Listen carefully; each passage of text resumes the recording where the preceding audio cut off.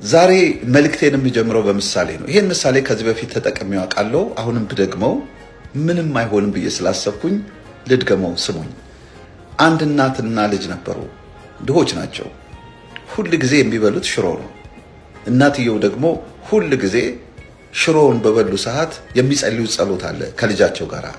እግዚአብሔር ሆይ ይሄን ሽሮ ስላላሳጣህን አመሰግናለሁ ይላል። ሁል ጊዜ ነው የሚሉት። ይሄን ደጋግሞ ለብዙ ዓመት የሰማው ልጅ እንግዲህ ይማያላት፣ እስቲ ዛሬ ሽሮ ያሳጣን ብለን እንጸልያለን። ምክንያቱም ይሄ ሽሮ የሰጠን እግዚአብሔር ስጋ ለምን አይሰጠንም? ስጋ እኮ ሊሰጠን ይችላል። የኛ ልመና ነው፣ የኛ ጥያቄ ነው። ሁሌ በቃ ሽሮ አመሰግናለሁ ስለምንል ነው። እስቲ ስጋ እንለምን አለ። በፖዚቲቭ ተረዱት። አያችሁ፣ ከፍ ያለ ነገር እንለምን። እግዚአብሔር ይችላል። ሽሮ የሰጠን እግዚአብሔር ስጋንም ይሰጠናል ማለቱ ነው። ዛሬም አንድ ነገር ለመናገር ፈልጌ ነው። ከዚህ የሚበልጥ ነገር ታያላችሁ በሚል ሐሳብ ነው የምናገረው። ሰው መቼም ባለበት መቀመጥ አይፈልግም፣ የተሻለ ነገር ይፈልጋል። ለምሳሌ ያህል ትምህርቱን 12ኛ ክፍል ይጨርሳል፣ ዩኒቨርሲቲ ይገባል፣ ዲግሪ ይዛል፣ ማስትሬት ይዛል፣ ዶክትሬት ይዛል፣ እያለ እያደገ ይሄዳል። ሰው በባህሪው መቀመጥ አይፈልግም፣ መጨመር፣ መብዛት፣ መስፋት ይፈልጋል። በመንፈሳዊም ነገር ብታዩ አሁን ባለበት አይረካም። የበለጠ ለማግኘት የበለጠ መንፈሳዊ ነገር ለመረዳት ትምህርት ቤት ይሄዳል፣ የቴዎሎጂ ስኩል ይሄዳል፣ ይጸልያል፣ ይጾማል። ለማደግ ነው፣ ለመጨመር ነው። እንዲህ አይነቱ ማደግ መጨመር ልክ ነው ብዬ አምናለሁ። ይሄ መንፈሳዊ ራብ ጥሩ ነው። በአንድ ቦታ አለመቆም አለመርካት ጥሩ ነው።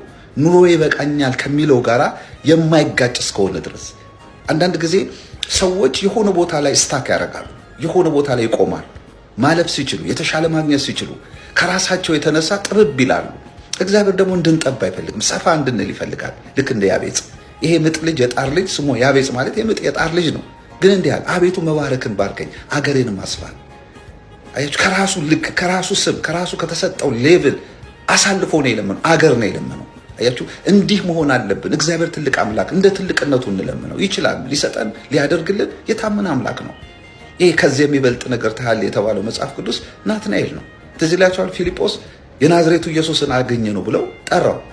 ከናዝሬት መልካም ነገር ይወጣል ብሎ ጠየቀው። ነው ናና ያለው ከናዝሬት መልካም ይወጣ እንደሆነ አለው። ፊልጶስ ይዞት ሄደ። ልክ ኢየሱስ ጋር ሲደርስ ከሩቅ ሲያየው ተንኮል የሌለበት የእስራኤል ሰው ሲለው ገረመው። እንዴት አወከኝ? ከየት አወከኝ አለው። ፊልጶስ ሳይጠራ ከበለስ በታች አየው አለው። ዋው አለ። አንተ ጌታ ነህ፣ አንተ መምህር ነህ፣ አንተ ነብይ ነህ። በቃ ማት ነገር አለ። በኋላ ጌታ ኢየሱስ ምን አለው? እንዴ ከበለስ በታች ተቀምጠህ አየው ስላልኩ ለምን ትገረማለህ? ከዚህ የሚበልጥ ታያለህ አለው። የተሻለ ታያለህ። የሰው ልጅ በክብሩ ታየዋለህ። ሰማይ ተከፍቶ ታያለህ አለው። እግዚአብሔር ያየለት ትልቅ ነው። አንዳንድ ጊዜ ታውቃላችሁ፣ እግዚአብሔር ትልቅ ነገር ያይልንና እኛ ሰፈር ውስጥ እንቀመጣለን፣ በትንንሽ ነገር እንረካለን። ስለዚህ የዛሬ መልእክቴ እግዚአብሔር የበለጠ ነገር ያደርግላችኋል፣ የተሻለ ነገር ያደርግላችኋል። አሁን ከያዛችሁት በላይ ጠይቁት። አምላካችሁ ትልቅ ነው፣ ኃያል ብርቱ ነው። እምላችሁ ራሳችሁ በልታችሁ የምትሞቱበትን ማለት አይደለም፣ ለትውልድ የምትተርፉበት፣ ለሕዝብ የምትተርፉበት፣ ባለጠጋ ብትሆኑ ለድሆች የምትረዱ፣ የተማራችሁ አዋቂ ብትሆኑ በእውቀታችሁ ሌሎችን የምታግዙ እንድትሆኑ ማደግ አለባችሁ፣ መስፋት አለባችሁ፣ መጨመር አለባችሁ። ዛሬ እንዳናድግ፣ እንዳንሰፋ፣ እንዳንበዛ ያደረገን ቀንበር ይሰበርልን።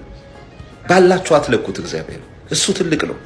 ትንሽ ስላለኝ እኔ እግዚአብሔር እንደዛ ላይው በትንሽ ነገር ትልቅ ማድረግ የሚችል አምላክ እንዳለ አውቃለሁ።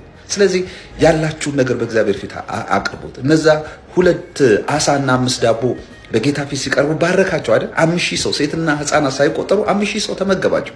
ምናልባት ሁለቱም ቢቆጠሩ 15000 የሚጠጋ በ2 ዓሳና በ5 ዳቦ ነው የተመገበው። ያውም የሕፃን ልጅ ሚል፣ የትንሽ ልጅ ሚል።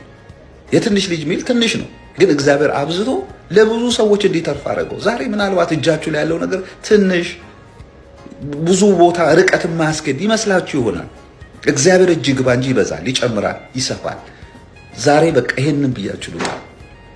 ከዚህ የሚበልጥ ነገር እግዚአብሔር ያደርጋል። አሁን ከያዛችሁት በላይ የበለጠ ነገር ማድረግ ይፈልጋል። ግን የበለጠን ሲያደርግ ግን ለእናንተ ክብር ማምጫ ወይንም እናንተን ሀብታም ማድረጊያ ወይ ትልልቅ ቤት እንድትገዙ ሳይሆን ዋናው አጀንዳው በዛ በሰጣችሁ ነገር እግዚአብሔር እንድታከብሩ ነው። አጠገባችሁ ያለውን ሰው እንድትረዱ ነው።